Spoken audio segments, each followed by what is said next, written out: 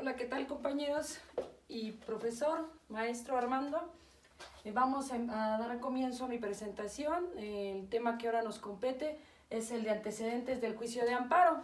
Obviamente nosotros vamos a tener siempre antecedentes de cualquier legislación o cualquier medio de defensa que tenga el ciudadano, pues obviamente se fueron gestando a través de la evolución de ese derecho, esa armonía que tiene el derecho con los diferentes cambios sociales que tiene pues obviamente los países, los estados en su estado de derecho, pues obviamente van a tener siempre esa historia y esos que los antela a lo que actualmente ahora conocemos.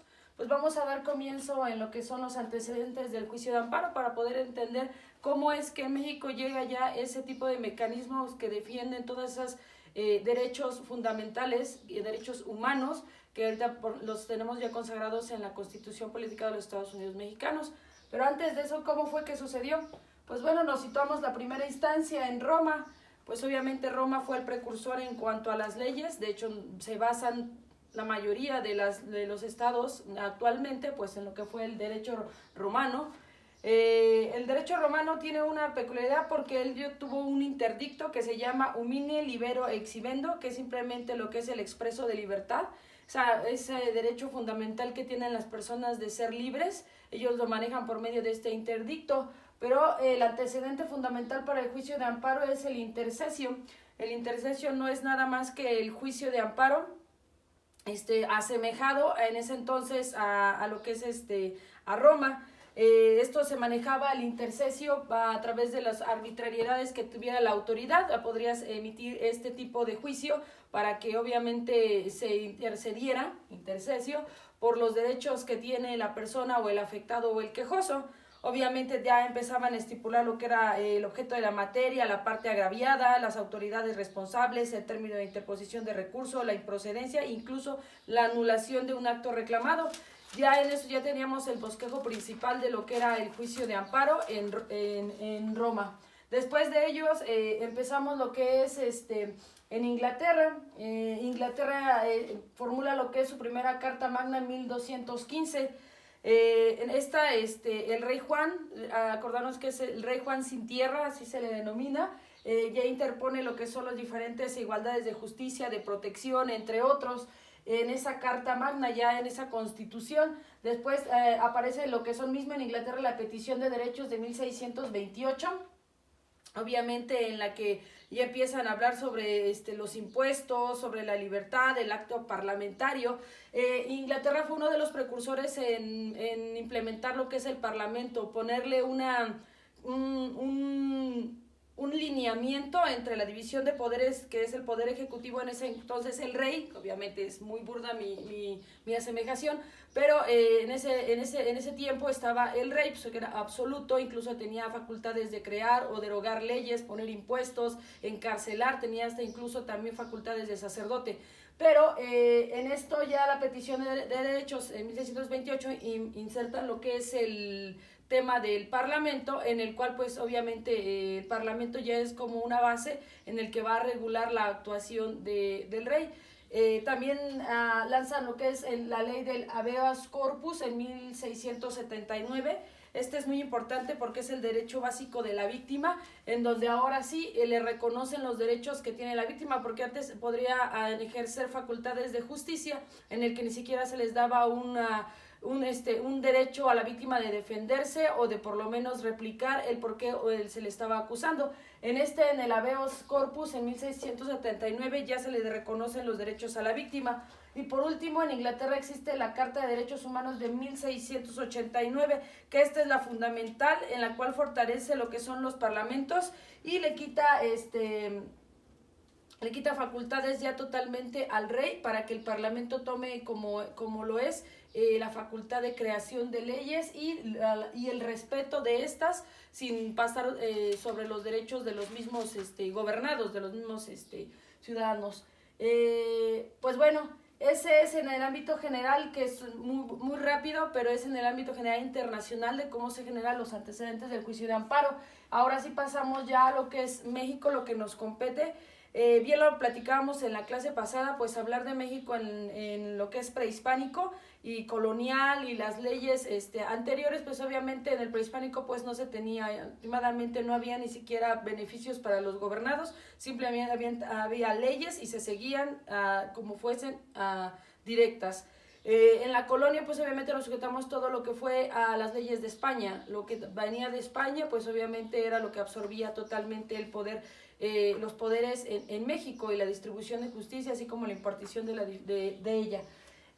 Fue hasta a la Constitución de 1824 donde se divide lo que es ya la Corte, una Corte Suprema, en la cual pueden ya ver la impartición de justicia. Acordémonos que en ese entonces apenas empiezan a formar ya la división de poderes, dividiendo las facultades y atribuciones que cada uno tiene entre el Ejecutivo, el Legislativo y el Judicial. En esta parte ya se crea una corte específica en la cual ya él va a tener en materia de impartición de justicia todo lo que le compete a ella.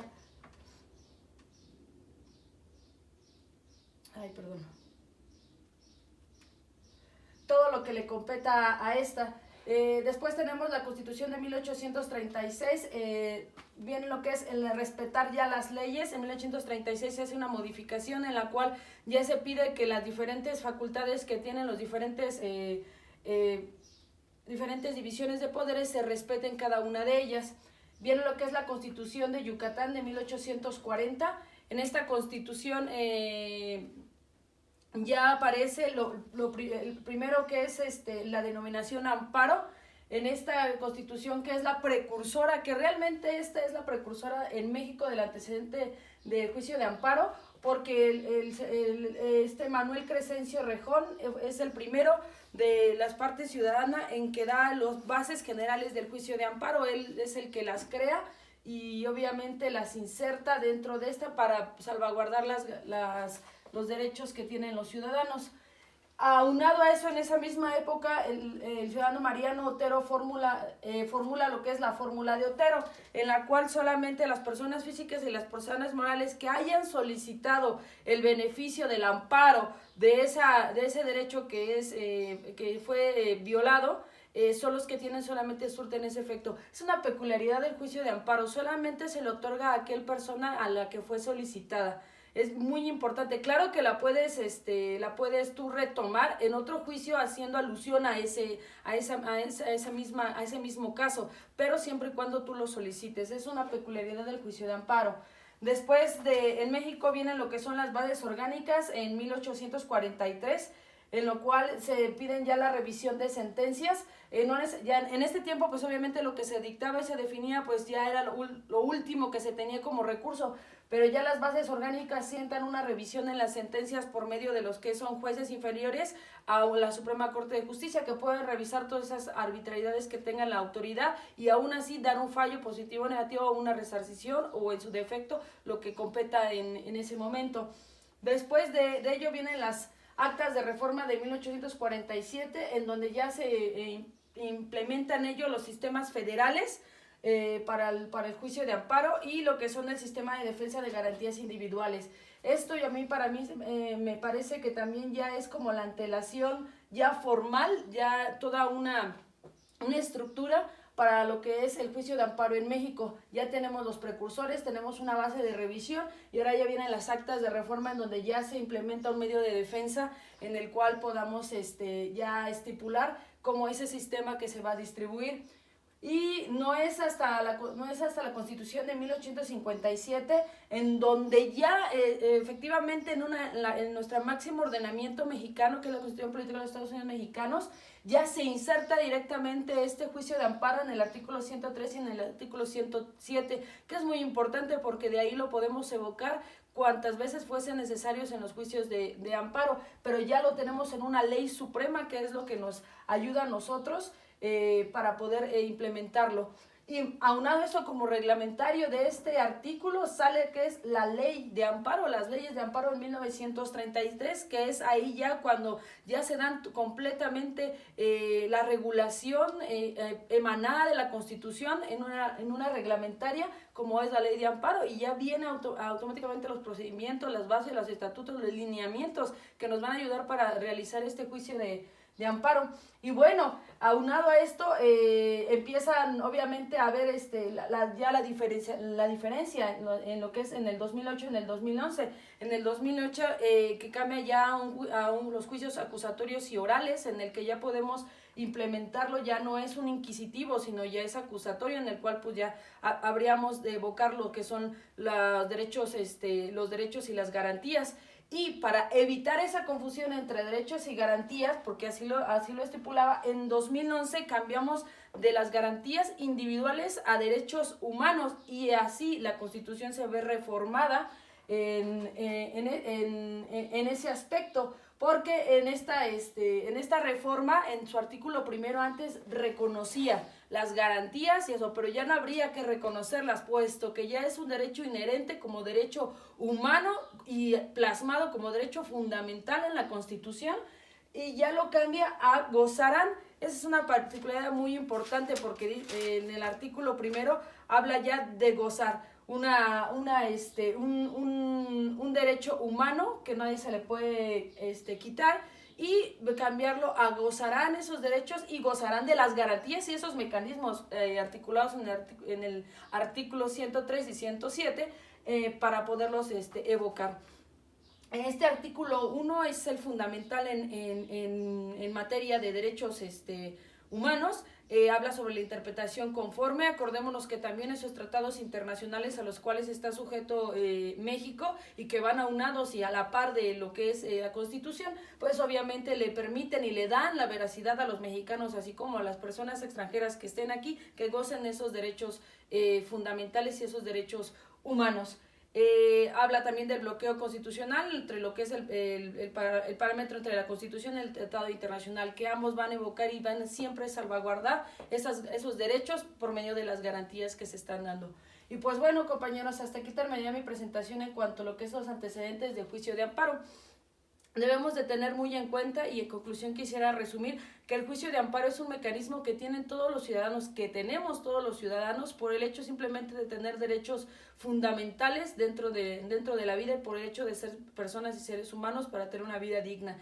Y es un mecanismo que nos permite a nosotros ponerle un quieto a la autoridad en caso de que sean vulnerados, porque debemos de saber que la autoridad es aquella quien nos debe dar todo lo que sea necesario para salvaguardar esos derechos, pero también es la misma aquella que nos causa a veces la molestia o el inconveniente de que no respeta ese tipo de derechos fundamentales, que aún así ella es la que tuviese que guardarlos. Entonces, por este mecanismo podemos buscar la forma en la que la autoridad nos haga valer y garantizar esos derechos.